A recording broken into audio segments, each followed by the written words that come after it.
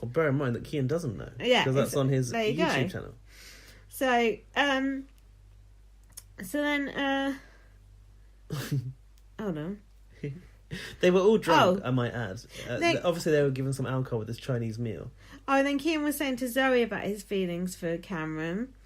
And then Thomas said he fancied Akeem. Okay. And then Akeem said, ugh, if I'd have come into this house single, I'd be dangerous. Can you do that in a Welsh accent? If I'd have come into this house single, I'd be dangerous. Imagine. Like, all the women would have been like, ugh. Then he says something about body contact. Oh. You got it? Nah. He said you can have all the body contact you like, as long as it's not on my bell end. He said that to Thomas, you have all the touch you want, as long as it's on my bell end. I don't want to think about his bell. There's just the word bell end is just, ugh, reminds me of school. So then Kian took Cameron into the living room on his own. I totally nailed my Akeem there, and I don't want to stop. Carry on. Then, what does Akeem think of this next conversation? What's the conversation in hand? Kian took Cameron into the living room to tell him that he fancies him. Into the living room. That he fancies him. He's like, oh, I've got a secret to tell you. I fancy someone. And Cameron's like, oh, is it Lewis? Is it Isaac? Is it Thomas? And then he said a girl as well. Is it a girl Did as he? well? Yeah. And Kian's like, no. And then Cameron basically named everyone in the house. Is so it it's like, me? is it me? He was like, is it me? And then Cameron, I thought, looked pleased when he said the answer. Then, after that... It's nice to be found attractive. Of course. But after that, I thought Cameron took it quite well, because I thought Cameron was going to be well awkward about it and weird. Yeah. Then, Lewis and Cameron were in that room, and Lewis started really shit-staring about that conversation. About Kian. Considering Kian, when Kian got in that bath with Lewis was like, oh, you can tell me anything, mate, blah, blah, blah, blah, blah. And Lewis was very reassuring to him and very nice to him. And then went to Cameron was like, oh, it's totally out of order that he's just said that to you. It's like, what? Yeah. You just basically told him it was all good. Given what he knows about your situation, I think that's what I want, sort of thing. Yeah. And he's like, it's out of order, he's been very careless and all this. And then Cameron said, this is a disaster for me. Lewis F. and Cameron imagined this story very closely. He went, oh, because of what I've been planning to say, this is a disaster for me. Planning to say. That's like, bitch, this is just because someone fancies you, that has no bearing on your sexuality. No. Yeah, I could fancy you. It doesn't mean you're suddenly going to be straight. It's fucking... Oh, shit. The cat just going, come here. It's stupid. It has no effect on Cameron's storyline that he's about to manage 2 seconds later. Look. And this was very telling. Watch it. Right on me. Watch him standing on your dick. And then the next thing that Cameron said was, which really got under my skin, was I hate that this is what everyone outside will be talking about. Well, you're the biggest storyline, that Kian fancies him or what? Doesn't matter. Bitch, you don't get to decide what we're talking about outside. We'll talk about any fucking thing we like, and you don't decide that. You don't decide, we decide. We will talk about, you're on fucking Big Brother. This is like that fucking idiot that came for me the other day, going, oh, Cameron can't defend himself. You signed up to be on Big Brother, therefore you are fair your game. rights to privacy. You are fair game. We will talk about you as much as you like, in whatever way we like. Like, anytime they hint at Cameron being gay on bots, it's like, we can't really say that, blah, blah. It's not like he's saying he's a fucking axe murderer. We can't say it. It's like it's being gay. What fucking century is Ryland. this?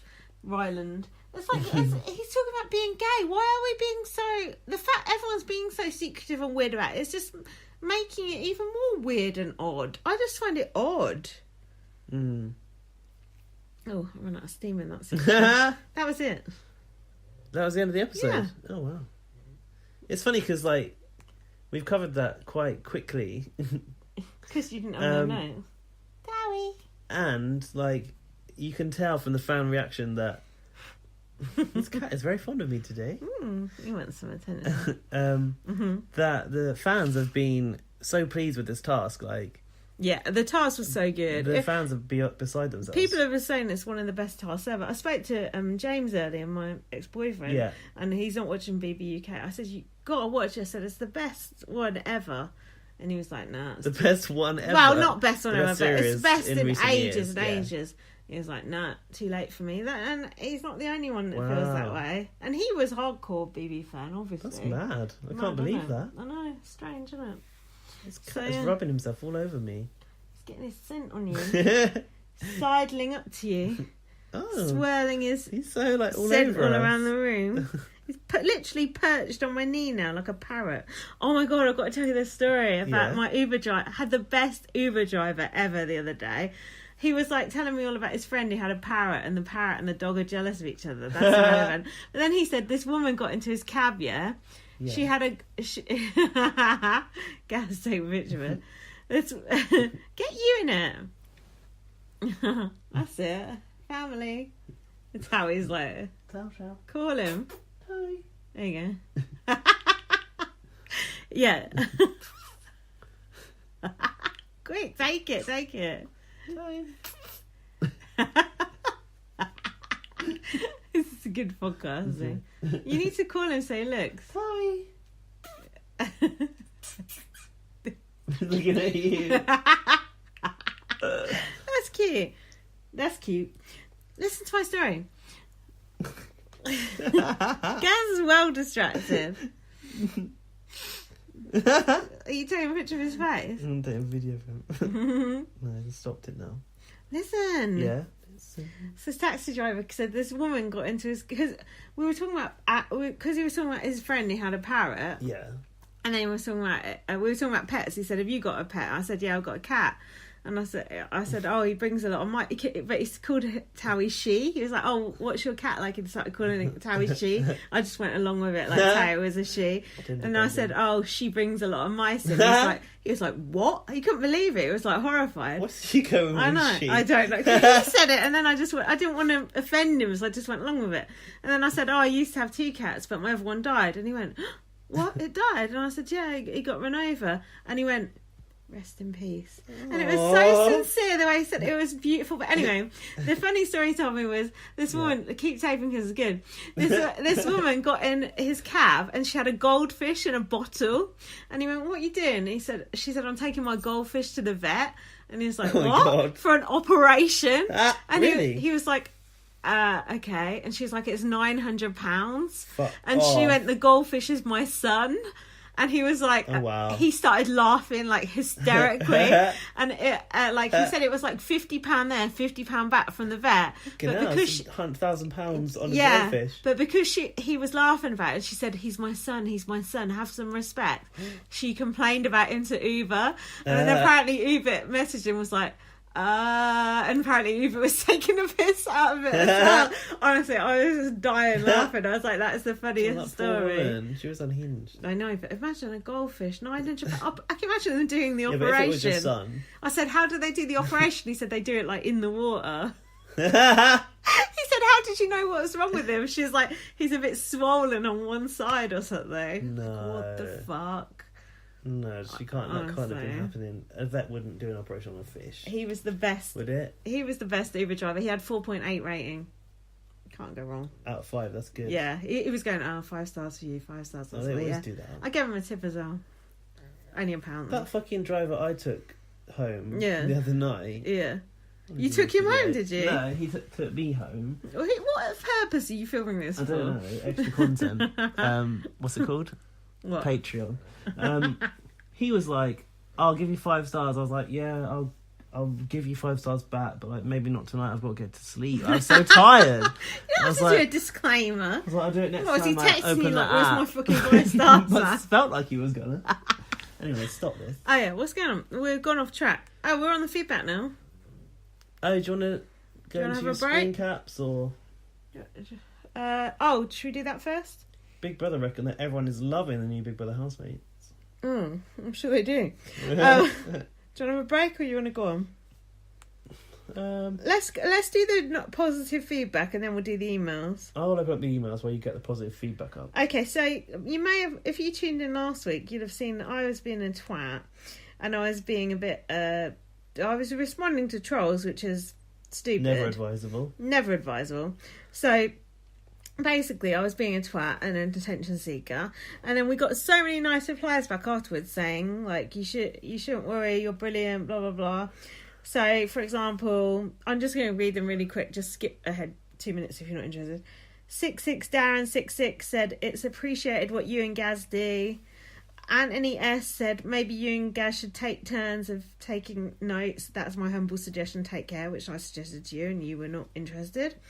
Nancy at Twin Violins said, I'd hate to see you take a break from podcasting because I enjoy your podcast. However, you need to do whatever's good for you. Selfishly, I hope it was a one-off and you get reinvigorated. We are reinvigorated, aren't we? Yeah, we are. Compared to last week, fuck yeah, we are. Bad _monkey said, I just want to say both your work is really appreciated. Amy Lilly said, listening now at work, I love your podcast, look forward to it every week, and I extra love the long ones. Connor Redder said, great podcast, y'all. Fuck the negative people. Your podcast is great how it is. Whoever said there is dead air is just wrong. Y'all are always talking about something. So true.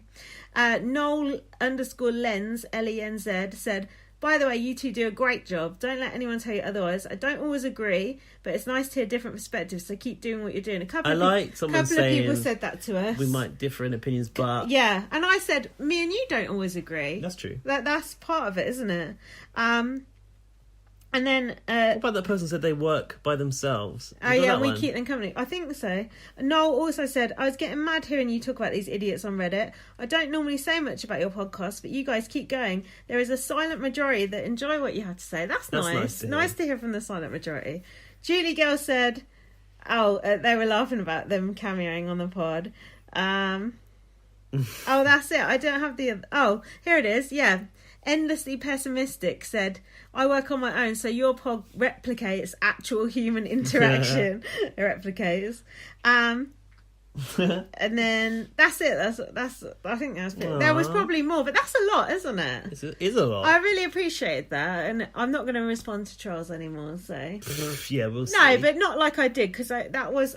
And after I did that, I felt bad. But out of that ranting came nice things, and people actually enjoyed the ranting. So some people like the ranting. Yeah. And I have really enjoyed the podcast tonight, so I do feel reinvigorated. Oh, compared to last week, it was only on Monday. We were so tired. It's literally mere days ago.